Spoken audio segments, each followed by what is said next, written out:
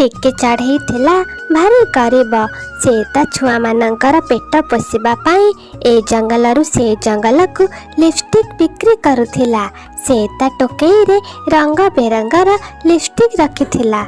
Lipstick निया lipstick थारे लगेले पूरा गोटे दिन चलिब, कला ओठ भी नाली हेजिब। आस आस लिपस्टिक निया लिपस्टिक।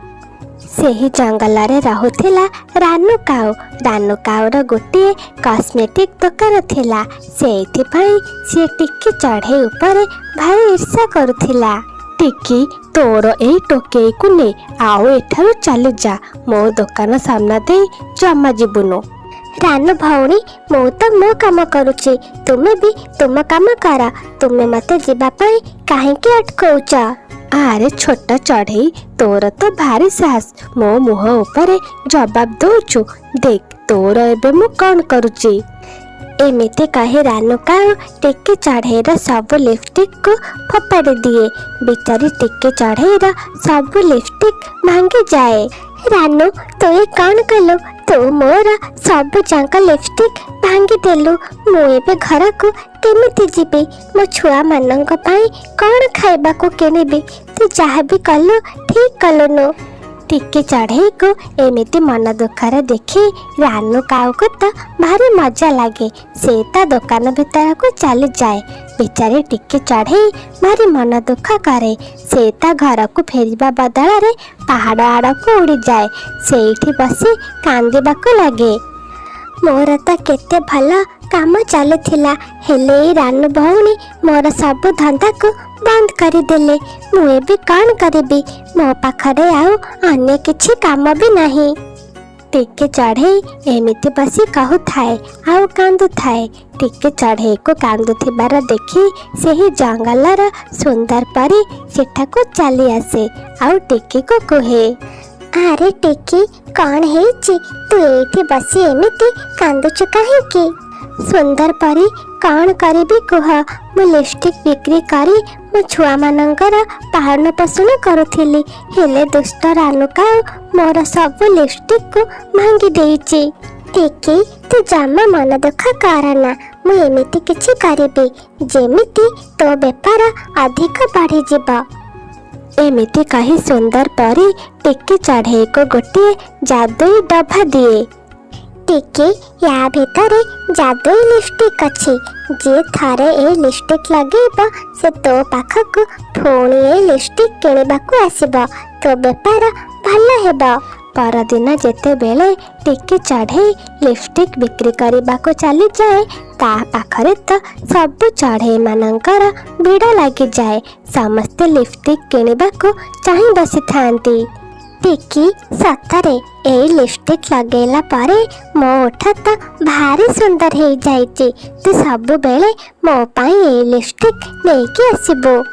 एमिति गोटे दिन रे टिके चढ़ईर सब लिपस्टिक बिक्री हो जाए। आरे काली तो मु ए टिकीर सब लिपस्टिक को भांगी देइथिली, ये एते पैसा आइला कोठु? आउ पुणी लिपस्टिक आनी बेपार करुची केमिति? मते ए कथा जानिबाकू हेबो।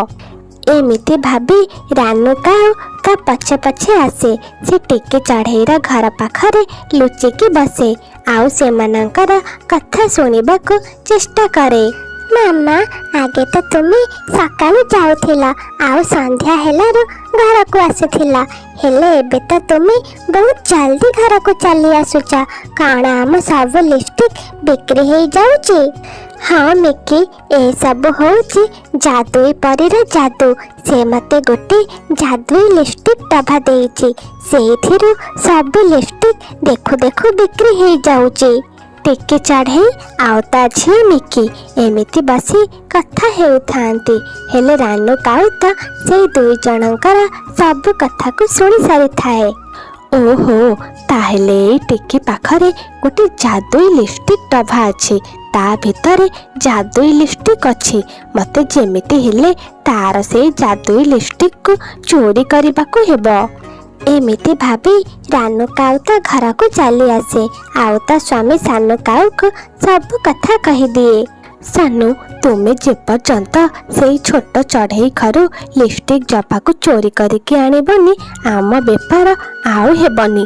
ତୁମେ ଜଲ୍ଦି ଯାଇ ତାର ସେଇ ଡବାକୁ ଚୋରି କରିକି ଆଣ। ଆରେ ରାନୁ, ତୁମେ କାହିଁକି ବ୍ୟସ୍ତ ହଉଛ? ଏ ଜଙ୍ଗଲରେ ମୋ ଠାରୁ ବଡ଼ ଚୋର ଆଉ କେହି ନାହାନ୍ତି। ଖାଲି ରାତି ହଉ, ମୁଁ ଯାଇ ସେଇ ଛୋଟ ଚଢ଼େଇର ଲିପଷ୍ଟିକ୍ ଡବାକୁ ଚୋରି କରି ନେଇ ଆସିବି। ଦେଖୁ ଦେଖୁ କିଛି ସମୟ ପରେ ରାତି ହେଇଯାଏ। ସାନୁ କାଉ ଉଡ଼ି ଉଡ଼ି ଟିକେ ଚଢ଼େଇର ଘର ପାଖକୁ ଚାଲିଯାଏ। ଝରକା ବାଟେ ସେ ତା ଘର ଭିତରକୁ ପଶେ ଆଉ ଲିପଷ୍ଟିକ୍ର ଡବାକୁ ଚୋରି କରି ନେଇ ଆସେ। ରାନୁ, ଦେଖ ମୁଁ ତୁମ ପାଇଁ କ'ଣ ଆଣିଛି।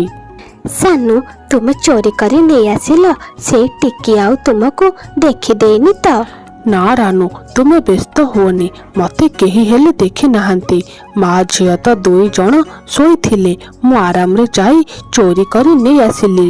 ସାନୁ, ଦେଖିବ କାଲି ସକାଳେ ସେଇ ଛୋଟ ଚଢ଼େଇ ପୁଣି କାନ୍ଦିବ ଆଉ ମୋତେ ତ ଭାରି ମଜା ଆସିବ। ରାନୁ କାଉ ସେଇ ଲିପଷ୍ଟିକ୍କୁ ନେଇ ତା ଦୋକାନରେ ରଖିଦିଏ। ଚିଲ ତା ଦୋକାନକୁ ଆସିଥାଏ। ତାକୁ ସେଇ ଲିପଷ୍ଟିକ୍ ଭାରି ପସନ୍ଦ ଆସେ, ସେ କିଣିନିଏ। ଚିଲ ଦିଦି, ଦେଖିବ ଏଇ ଲିପଷ୍ଟିକ୍ ତୁମ ମୁହଁକୁ ଭାରି ବଢ଼ିଆ ମାନିବ। ତୁମେ ଥରେ କିଣିକି ନିଅ, ସବୁବେଳେ ଏଇ ଲିପଷ୍ଟିକ୍ ପାଇଁ ମୋ ପାଖକୁ ଆସିବ। ହଉ ରାନୁ, ମୁଁ ଏବେ ଆସୁଛି। ମୋତେ ବି ଗୋଟେ ଏମିତିକା ଲିପଷ୍ଟିକ୍ ଦରକାର ଥିଲା। ଘରକୁ ଆସି ଚିଲ ସେଇ ଲିପଷ୍ଟିକ୍କୁ ଲଗେଇବାକୁ ଲାଗେ। ହେଲେ ସୁନ୍ଦର ପରୀର ଯାଦୁରେ ଚିଲର ଥଣ୍ଟ ତ ଟିକେ ଲମ୍ବା ହେଇଯାଏ। ଏମିତି ଦେଖି ଚିଲ ବହୁତ ଡରିଯାଏ। ଆରେ ଏ କ'ଣ ହେଲା? ଏଇ ଲିପଷ୍ଟିକ୍ ଲଗଉ ଲଗଉ ତ ମୋ ଥଣ୍ଟ ଲମ୍ବା ହେଇଗଲାଣି। ସେଇ ରାନୁକୁ ମୁଁ ଆଜି ଛାଡ଼ିବିନି, ସେ ମୋ ସାଙ୍ଗରେ ଧୋକା କରିଛି। ଚିଲ ତ ବହୁତ ଜୋରରେ ରାଗିଥାଏ। ସେ ଘରୁ ବାହାରି ଆସେ। ଏପଟରେ ସାନୁ ଆଉ ରାନୁ କାଉ ବସି ତାଙ୍କ ଦିନ ଯାକର ଟଙ୍କାକୁ ଗଣୁଥାନ୍ତି। ରାନୁ କାଉ ତ ଭାରି ଖୁସି ଥାଏ। ମିକି, କେଜାଣି ଏଇଠି ତ ରଖିଥିଲି, ହେଲେ ନାହିଁ। ମୋତେ ଲାଗୁଛି କାଲି ରାତିରେ କିଏ ଆସି ଆମ ଘରୁ ଆମ ଲିପଷ୍ଟିକ୍ ଡବାକୁ ଚୋରି କରି ନେଇଯାଇଛି। ମୁଁ ଏବେ କ'ଣ କରିବି ମିକି? ମାମା, ତୁମେ ବ୍ୟସ୍ତ ହୁଅନା, ସେଇଟା ହେଉଛି ସୁନ୍ଦର ପରୀର ଯାଦୁ ଲିପଷ୍ଟିକ୍। ତୁମ ସାଙ୍ଗରେ କିଛି ନା କିଛି ଭଲ ହେବ, ତୁମେ ଜମା ମନ ଦୁଃଖ କରନି। ଏପଟରେ ଚିଲ ରାଗରେ ଥାଏ। ସେ ଆସି ସାନୁ ଆଉ ରାନୁ କାଉକୁ ପିଟିବାକୁ ଲାଗେ। ଦେଖ ରାନୁ, ତୋର ସେଇ ଲିପଷ୍ଟିକ୍ ଲଗେଇଲା ପରଠାରୁ ମୋ ଥଣ୍ଟ କେମିତି ଲମ୍ବା ହେଇଯାଇଛି। ଯେପର୍ଯ୍ୟନ୍ତ ମୋ ଥଣ୍ଟ ଆଗ ଭଳି ଛୋଟ ହେଇନି, ମୁଁ ତତେ ଛାଡ଼ିବିନି କହିଦେଉଛି। ଚିଲ ଦିଦି, ମୋତେ ଛାଡ଼ିଦିଅ। ମୁଁ ଜାଣିନି ଏସବୁ କେମିତି ହେଲା। ଇଏ ତ ମୁଁ ଟିକି ଘରୁ ଚୋରି କରିକି ଆଣିଥିଲି। ଏସବୁ ଲିପଷ୍ଟିକ୍ ହେଉଛି ତାର। ହଁ ଚିଲ ଦିଦି, ଆମକୁ ଛାଡ଼ିଦିଅ। ରାନୁ ସତ କଥା କହୁଛି, ମୁଁ ହିଁ କାଲି ରାତିରେ ଯାଇ ଟିକି ଘରୁ ଲିପଷ୍ଟିକ୍ ଚୋରି କରିକି ଆଣିଥିଲି। ଠିକ୍ ସେତିକି ବେଳେ ସୁନ୍ଦର ପରୀ ଚାଲି ଆସେ। ସେ ତା ଯାଦୁ ଦ୍ୱାରା ଚିଲର ଥଣ୍ଟକୁ ପୁଣି ଥରେ ଛୋଟ କରିଦିଏ। ଚିଲ, ତୁ ଏବେ ଏଠାରୁ ଚାଲିଯା, ଏମାନଙ୍କୁ ତାଙ୍କ ଦଣ୍ଡ ମିଳି ସାରିଲାଣି। ତାପରେ ଚିଲ ସେଠାରୁ ଚାଲିଯାଏ। କାଉମାନେ, ଯେପର୍ଯ୍ୟନ୍ତ ତୁମେ ଲୋଭ କରିବ, ତୁମେ ଏମିତି ମାଡ଼ ଖାଉଥିବ। ଯଦି ଭଲ ଦଶା ଅଛି, ବଦଳି ଯାଅ, ଭଲ ବାଟରେ ଯାଅ, ଖୁସିରେ ରହିବ। ଏମିତି କହି ସୁନ୍ଦର ପରୀ ସେଠାରୁ ଚାଲିଯାଏ। ସାନୁ ଆଉ ରାନୁ ତ କାନ୍ଦୁଥାନ୍ତି। ସୁନ୍ଦର ପରୀ ଟିକି ପାଖକୁ ଆସେ ଆଉ ଟିକିକୁ ସେଇ ଯାଦୁ ଲିପଷ୍ଟିକ୍ର ଡବା ଦେଇଦିଏ। ସୁନ୍ଦର ପରୀ, ମୁଁ ଠିକ୍ ଜାଣିଥିଲି ତୁମେ ଆମକୁ ସାହାଯ୍ୟ କରିବାକୁ ନିଶ୍ଚୟ ଆସିବ। ହଁ ମିକି, ସଚୋଟ ଚଢ଼େଇମାନଙ୍କୁ ମୁଁ ନିଶ୍ଚୟ ସାହାଯ୍ୟ କରିବି। ଏମିତି କହି ସୁନ୍ଦର ପରୀ ସେଠାରୁ ଗାୟବ ହେଇଯାଏ। ଟିକି ଚଢ଼େଇ ପୁଣି ଥରେ ତା ଲିପଷ୍ଟିକ୍ ବିକ୍ରି କରିବାକୁ ଚାଲିଯାଏ। ସାଙ୍ଗମାନେ, ଆଜିର ପ୍ରଶ୍ନ, ଟିକି ଚଢ଼େଇର ଲିପଷ୍ଟିକ୍ କିଏ ଭାଙ୍ଗି ଦେଇଥିଲା? ଏ ସାନୁ କାଉ, ବି ରାନୁ କାଉ, ସି ମଣ୍ଟୁ କାଉ, ଡି ଜଗୁ କାଉ? ଉତ୍ତର କମେଣ୍ଟରେ ନିଶ୍ଚୟ ଜଣାନ୍ତୁ। ହଉ ମା ରାନୁ, ମୁଁ ଏବେ ଆସୁଛି। ଯେତେବେଳେ ଜଗୁର ସ୍କୁଲର ଛୁଟି ସରିଯିବ ମୁଁ ତାକୁ ଆଣି ଏଇଠି ପୁଣି ଛାଡ଼ିଦେବି।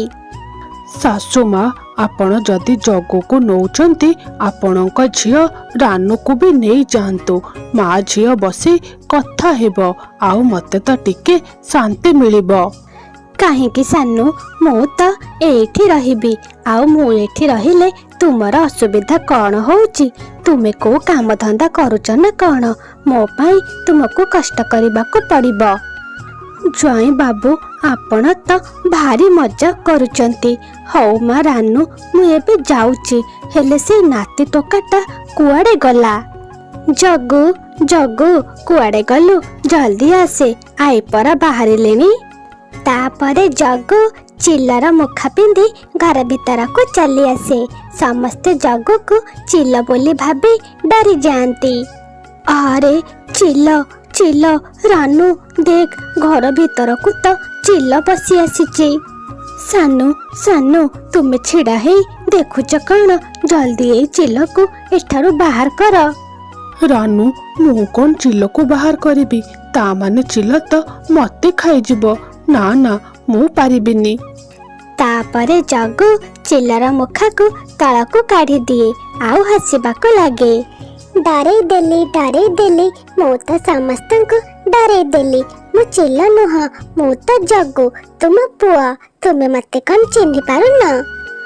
ଆରେ ନାତି ଟୋକା, ତୋ ଦୁଷ୍ଟାମି ତ ଦିନକୁ ଦିନ ବଢି ଯାଉଛି। ଜଗୁ, ତୁ ତ ଭାରି ଦୁଷ୍ଟ ହେଇଗଲୁଣୁ। ଗୋଟିଏ ଜାବୁଡା ମାରିବି, ତୋର ସବୁ ଦୁଷ୍ଟାମି ଏକାଥରେକା ଛାଡ଼ିଯିବ। ଜଗୁ, ଏମିତି ଦୁଷ୍ଟାମି କିଏ କ'ଣ କରନ୍ତି? ଏବେ ତ ମୋର ହାର୍ଟ ଆଟାକ୍ ହେଇଯାଇଥାନ୍ତା। ଜଗୁ, ଯଦି ତୋ ଦୁଷ୍ଟାମି ସରିଯାଇଛି ତାହେଲେ ଚାଲ, ଆମେ ଏବେ ଯିବା। ଆଉ ଡେରି ହେଇଗଲେ ଆମକୁ ଯିବା ପାଇଁ ବସ୍ ମିଳିବନି। ହଁ ଆଇ, ମୁଁ ତ ରେଡି, ଏବେ ଚାଲ ଯିବା। ତାପରେ ଜଗୁର ଆଇ ଜିନିଷପତ୍ର ଧରେ ଆଉ ଜଗୁକୁ ନେଇ ସେଠାରୁ ଚାଲିଯାଏ। ରାନୁ, ମତେ ତ ଭାରି ଜୋରରେ ଭୋକ ଲାଗିଲାଣି, କ'ଣ ଟିକେ ଖାଇବାକୁ କର। ଠିକ୍ ସେତିକି ବେଳେ ସାନୁ ଆଉ ରାନୁ କାଉକୁ ବଢିଆ ବାସ୍ନା ଆସେ। ଆରେ, ଏତେ ବଢିଆ ବାସ୍ନା କୋଉଠୁ ଆସୁଛି? ରାନୁ, ଚାଲ ଆମେ ଏଇ ବାସ୍ନାର ପଛେ ପଛେ ଯିବା। ତାପରେ ସାନୁ ଆଉ ରାନୁ କାଉ ସେଇ ବାସ୍ନାର ପଛେ ପଛେ ଚାଲି ଯାଆନ୍ତି। ସେମାନେ ଯାଇ ଗୋଟେ ଘର ପାଖରେ ପହଞ୍ଚି ଯାଆନ୍ତି। ଝରକା ବାଟେ ଦେଖନ୍ତି, ମିନୁ ଚଢ଼େଇ ତ ଖେଚେଡ଼ି ତିଆରି କରୁଥିଲା। ଖେଚେଡ଼ିକୁ ଦେଖି ସାନୁ ଆଉ ରାନୁ କାଉର ଖେଚେଡ଼ି ଖାଇବାକୁ ଭାରି ଇଚ୍ଛା ହେଲା। ସାନୁ, ମୋର ତ ଖେଚେଡ଼ି ଖାଇବାକୁ ଭାରି ଇଚ୍ଛା ହେଉଛି, ହେଲେ ଆମେ ଖେଚେଡ଼ି କେମିତି ଖାଇବା? ଏଇ ମିନୁ ତ ଆମକୁ ଜମା ହେଲେ ଖେଚେଡ଼ି ଖାଇବାକୁ ଦେବନି। ରାନୁ, ତୁମେ ଜମା ବ୍ୟସ୍ତ ହୁଅ ନା, ଖେଚେଡ଼ି ତ ଆମେ ଯେମିତି ହେଲେ ଖାଇବା। ମୋ ମୁଣ୍ଡକୁ ଗୋଟିଏ ବଢିଆ ବୁଦ୍ଧି ଆସିଛି। ଏମିତି କହି ସାନୁ କାଉ ତା ଘରକୁ ଚାଲିଯାଏ। ଘରେ ପଡ଼ିଥିବା ଚିଲର ମୁଖାକୁ ନେଇ ସେଠାକୁ ଚାଲି ଆସେ। ରାନୁ, ଆମେ ବି ଜଗୁ ଭଳି ଏଇ ମିନୁ ଚଢ଼େଇକୁ ଚିଲର ମୁଖା ପିନ୍ଧି ଡରେଇବା। ସିଏ ଡରିକି ଘରୁ ବାହାରି ଚାଲିଯିବ। ତାପରେ ଆମେ ଦୁଇ ଜଣ ଯାଇ ଖେଚେଡ଼ି ଖାଇବା। ମୁଁ ଏବେ ବୁଝିଲି, ଜଗୁ ଭିତରେ ଏତେ ଦୁଷ୍ଟମି କରିବାର ଗୁଣ କୋଉଠୁ ଆସିଲା। ଏସବୁ ଗୁଣ ତ ମୋ ପାଖରୁ ମୋ ଜଗୁକୁ ଯାଇଛି। ମୁଁ ତ ଭାରି ବୁଦ୍ଧିଆ, ଆଉ ମୋ ପୁଅ ବି ଆହୁରି ବୁଦ୍ଧିଆ। ଏମିତି କହି ସାନୁ କାଉ ସେଇ ଚିଲର ମୁଖାକୁ ପିନ୍ଧିଦିଏ। ଝରକା ବାଟେ ଚାହିଁ ଚିଲ ପାଟିରେ ସେ ମିନୁ ଚଢ଼େଇକୁ କୁହେ, ଚଢ଼େଇ, ମୁଁ ତତେ ଆଜି ଜମା ହେଲେ ଛାଡ଼ିବିନି। ମୁଁ ତତେ ଆଜି ନିଶ୍ଚୟ ଖାଇଦେବି। ଆରେ, ଏଇ ଚିଲ କୋଉଠୁ ଆସିଲା? ମତେ ଜଲ୍ଦି ଏଠାରୁ ଯାଇ ମୋ ଜୀବନ ବଞ୍ଚେଇବାକୁ ହେବ, ନହେଲେ ଏଇ ଚିଲ ତ ମତେ ଖାଇଦେବ। ଏମିତି କହି ମିନୁ ଚଢ଼େଇ ଜଲ୍ଦି ଜଲ୍ଦି ଘରୁ ବାହାରି ଚାଲିଯାଏ। ମିନୁ ଚଢ଼େଇ ଯାଉ ଯାଉ ସାନୁ ଆଉ ରାନୁ କାଉ ଘର ଭିତରକୁ ଚାଲି ଆସନ୍ତି। ସାନୁ, ସତରେ ତୁମର ଏଇ ଉପାୟ ତ ଭଲ କାମ କଲା। ଆଜି ମୁଁ ବୁଝିଲି, ତୁମକୁ ବାହା ହେଇ ମତେ କିଛି ଫାଇଦା ନିଶ୍ଚୟ ହେଇଛି। ରାନୁ ଜଲ୍ଦି ଜଲ୍ଦି ଖେଚେଡ଼ି ଖାଅ, ଯଦି ମିନୁ ଚଢ଼େଇ ଫେରି ଆସିବ ଆମେ ଦୁଇ ଜଣ ତ ବହୁତ ମାଡ଼ ଖାଇବା। ଏମିତି କହି ସାନୁ ଆଉ ରାନୁ କାଉ ସବୁ ଖେଚେଡ଼ିକୁ ଖାଇଦିଅନ୍ତି। ସାନୁ ସତରେ ଖେଚେଡ଼ି ତ ଭାରି ସୁଆଦିଆ ହେଇଥିଲା। ସାନୁ ଆମେ ସବୁଦିନ ଏମିତି ଚିଲର ମୁଖା ପିନ୍ଧି ଆସିବା ଆଉ ସବୁ ଚଢ଼େଇଙ୍କର ଖାଇବା ଖାଇଦେବା। ଏମିତି କହି ସାନୁ ଆଉ ରାନୁ କାଉ ସେଠାରୁ ଚାଲି ଯାଆନ୍ତି। କିଛି ସମୟ ପରେ ମିନୁ ଚଢ଼େଇ ତା ଘରକୁ ଚାଲି ଆସେ। କେଜାଣି ସେଇ ଚିଲ କୋଉଠୁ ଆସିଲା। ଭଲ ହେଲା ମୁଁ ଘରୁ ବାହାରି ଚାଲି ଯାଇଥିଲି, ନହେଲେ ମୁଁ ତ ଆଜି ଚିଲ ପିଟାରେ ଥାନ୍ତି। ତାପରେ ମିନୁ ଚଢ଼େଇର ନଜର ତା ଖେଚୁଡ଼ି ହାଣ୍ଡି ଉପରେ ପଡ଼େ। ଆରେ ମୋ ଖେଚୁଡ଼ି କିଏ ଖାଇଲା? ଚିଲ ତ ମାଂସ ଖାଏ, ହେଲେ ମୋ ଖେଚୁଡ଼ି ସବୁ କିଏ ଖାଇଦେଲା? ପରଦିନ ରାନୁ କାଉ ତା ସ୍ୱାମୀ ସାନୁ କାଉକୁ କୁହେ, ସାନୁ କାଲି ତ ମିନୁ ଚଢ଼େଇର ଖେଚେଡ଼ି ଖାଇ ଭାରି ମଜା ଆସିଲା। ଆଜି କୁହ, ଆଜି ଆମେ କାହାକୁ ଡରେଇବା? ଠିକ୍ ସେତିକି ବେଳେ ଟିକେ ଚଢ଼େଇ ସେଠାକୁ ଚାଲି ଆସେ। ରାନୁ ଭଉଣୀ, କ'ଣ ତୁମ ପାଖରେ କିଛି ଚିନି ଅଛି? ଚିନି? ହେଲେ ଚଢ଼େଇ ତୁ ଚିନି ନେଇ କ'ଣ କରିବୁ? ରାନୁ ଭଉଣୀ, ମୁଁ ଆଜି ଟିକେ କ୍ଷୀରି ତିଆରି କରୁଥିଲି, ହେଲେ ଦେଖିଲା ବେଳକୁ ଚିନି ସରିଯାଇଛି।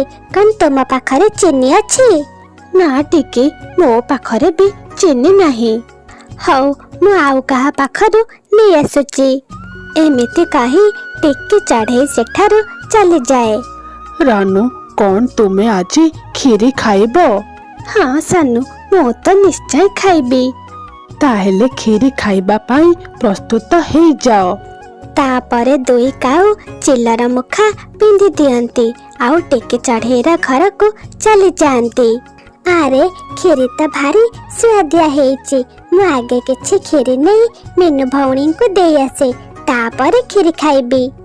ଛୋଟ ଚଢ଼େଇ, କ୍ଷୀରି ତ ତୁ ସେତେବେଳେ ଖାଇବୁ ଯେତେବେଳେ ତୁ ବଞ୍ଚିକି ରହିବୁ। ଆଜି ଆମେ ଏଇ ଚଢ଼େଇର ନରମ ନରମ ମାଂସକୁ ଖାଇ ଆମ ଭୋକ ମେଣ୍ଟେଇବା। ନା ନା, ମତେ ଛାଡ଼ି ଦିଅ। ମୁଁ ତୁମର କ'ଣ କରିଛି? ମତେ ମାରନି। ଠିକ୍ ଅଛି ଚଢ଼େଇ, ଆମେ ତତେ ଛାଡ଼ିଦେବୁ। ତା ବଦଳରେ ତୁ ଏଇ କ୍ଷୀରି ହାଣ୍ଡି ଆମକୁ ଦେଇଦେ। କ୍ଷୀରି? ହେଲେ କାହିଁକି? ମୁଁ ତ ଶୁଣିଛି ଚିଲମାନେ ଖାଲି ମାଂସ ଖାଆନ୍ତି। ଏଇ କ୍ଷୀରି ତ ଚଢ଼େଇ ମାନେ ଖାଆନ୍ତି। ଆଉ ଅଧା କଳା ଅଧା ଧଳା ଚିଲ ମୁଁ ଆଜି ପ୍ରଥମ ଥର ପାଇଁ ଦେଖୁଛି। ଆଉ ଏଇ ସ୍ୱର ମତେ କାହିଁ ଚିହ୍ନା ଚିହ୍ନା ଲାଗୁଛି। ଆରେ ଚଢ଼େଇ, ତୁ ତ ବହୁତ କଥା କହୁଛୁ। ଆମେ ଆଗେ ତତେ ଖାଇବୁ। ନା ନା, ତୁମେ ମତେ ଖାଅନି। ନେଇଯାଅ ମୋ କ୍ଷୀରି ହାଣ୍ଡିକୁ, ତୁମେ ନେଇଯାଅ, ହେଲେ ମତେ ଛାଡ଼ିଦିଅ। ତାପରେ ସାନୁ ଆଉ ରାନୁ କାଉ ଟିକେ ଚଢ଼େଇର କ୍ଷୀରି ହାଣ୍ଡିକୁ ନେଇ ସେଠାରୁ ଚାଲିଗଲେ। ଏମିତି ସାନୁ ଆଉ ରାନୁ ଚିଲର ମୁଖା ପିନ୍ଧି ସବୁ ଚଢ଼େଇ ମାନଙ୍କୁ ଡରେଇବାକୁ ଲାଗିଲେ। ଥରେ ସବୁ ଚଢ଼େଇ ମାନେ ଏକାଠି ହେଲେ। ସାଙ୍ଗମାନେ, ସେଇ ଦୁଇ ଚିଲ ତ ଆମର ଏଇ ଜଙ୍ଗଲରେ ରହିବା ମୁସ୍କିଲ କରିସାରିଲେଣି। ହଁ, ସବୁଦିନ କାହା ଘରକୁ ନା ଘରକୁ ଯାଇ ଖାଇବା ଖାଇ ଦଉଛନ୍ତି। ହେଲେ ଆମେ ସେ ଚିଲକୁ ଆମ ଜଙ୍ଗଲରୁ କେମିତି ବାହାର କରିବା? ସାଙ୍ଗମାନେ, ମୋ ପାଖରେ ଗୋଟେ ଉପାୟ ଅଛି। ମୁଁ ପୁଣି ଥରେ ଆଜି ରୋଷେଇ କରିବି ଆଉ ସେଇ ଖାଇବାରେ ନିଦ ଔଷଧ ମିଶେଇ ଦେବି, ଯେମିତି ସେ ଦୁଇ ଚିଲ ଆମ ଘରୁ ଖାଇବା ଖାଇବେ ଆଉ ଶୋଇପଡ଼ିବେ। ଆମେ ସେଇ ଦୁଇ ଜଣଙ୍କୁ ଗଛରେ ବାନ୍ଧିଦେବା। ସମସ୍ତେ ଟିକି ଚଢ଼େଇର କଥାରେ ରାଜି ହେଇଯାଆନ୍ତି। ଟିକି ଚଢ଼େଇ ତା ଘରକୁ ଆସେ ଆଉ ଖାଇବା ତିଆରି କରେ। କିଛି ସମୟ ପରେ ଦୁଇ କାଉ ଚିଲର ମୁଖା ପିନ୍ଧି ସେଠାକୁ ଚାଲି ଆସନ୍ତି। ଟିକି ଚଢ଼େଇ ତ ଆଗରୁ ଘରୁ ବାହାରି ଯାଇଥାଏ। ସାନୁ, ଏଠି ତ ଚଢ଼େଇ ନାହିଁ। ଭଲ ହେଇଛି ରାନୁ, ଆମକୁ ଆଉ ନାଟକ ବି କରିବାକୁ ପଡ଼ିବନି। ତାପରେ ସାନୁ ଆଉ ରାନୁ କାଉ ସେଇ ନିଦ ବଟିକା ମିଶିଥିବା ଖାଇବାକୁ ଖାଇଦିଅନ୍ତି ଆଉ ସେଇଠି ଶୋଇପଡ଼ନ୍ତି। ଅନ୍ୟ ଚଢ଼େଇ ମାନେ ବି ସେଠାକୁ ଚାଲି ଆସନ୍ତି। ମିଟୁ ଶୁଆ ରାନୁ କାଉର ମୁହଁରୁ ମାସ୍କ କାଢ଼ିଦିଏ। ଆରେ ରାନୁ ଭଉଣୀ, ଇଏ ଆମକୁ ଡରଉଥିଲେ, ମୁଁ ସେଇ କଥା ଭାବୁଥିଲି। ଏଇ ସ୍ୱର ମୁଁ କୋଉଠି ଶୁଣିଛି। ଯଦି ଇଏ ରାନୁ ତାହେଲେ ଏଇ ପଟଟା ନିଶ୍ଚୟ ସାନୁ ହେଇଥିବ। ବବଲୁ ପାରା ସାନୁ କାଉର ମୁହଁରୁ ବି ମାସ୍କ କାଢିଦିଏ। ଏବେ ଏମାନଙ୍କର କ'ଣ କରିବା? ଏମାନଙ୍କୁ ତ ଚିଲ ହେବାର ଭାରି ନିଶା। ଚାଲ ଆମେ ଏଇ 2 ଜଣଙ୍କୁ ଚିଲ ମାନଙ୍କର ଇଲାକାରେ ବାନ୍ଧି ଦେଇ ଆସିବା। ଯେତେବେଳେ ସାନୁ ଆଉ ରାନୁ କାଉର ଆଖି ଖୋଲେ ସେମାନେ ଗୋଟିଏ ଶୁଖିଲା ଗଛରେ ବନ୍ଧା ହେଇଥାନ୍ତି। ସାନୁ, ଆମେ ଏବେ କୋଉଠି? ରାନୁ, ଇଏ ତ ଚିଲ ମାନଙ୍କର ଇଲାକା। ଆମ ମୁହଁରୁ ମୁଖା କିଏ ଖୋଲିଲା? ଆମେ ତ ଟିକେ ଚଢ଼େଇ ଘରେ ଖାଇବା ଖାଉଥିଲେ। ସାନୁ, ଆମେ ତ ଧରା ପଡ଼ିଗଲେ। ଜଙ୍ଗଲର ଚଢ଼େଇ ମାନେ ଆମ ମୁଖା ବିଷୟରେ ଜାଣି ଦେଇଛନ୍ତି। ରାନୁ, କିଛି ସମୟ ମଧ୍ୟରେ ନିଶ୍ଚୟ ଚିଲ ଆସିବ ଆଉ ଆମକୁ ଖାଇଦେବ। ଏମିତି ସାନୁ ଆଉ ରାନୁ କାଉ ସେଇ ଗଛରେ ବନ୍ଧା ହେଇଥାନ୍ତି ଆଉ କାନ୍ଦୁଥାନ୍ତି।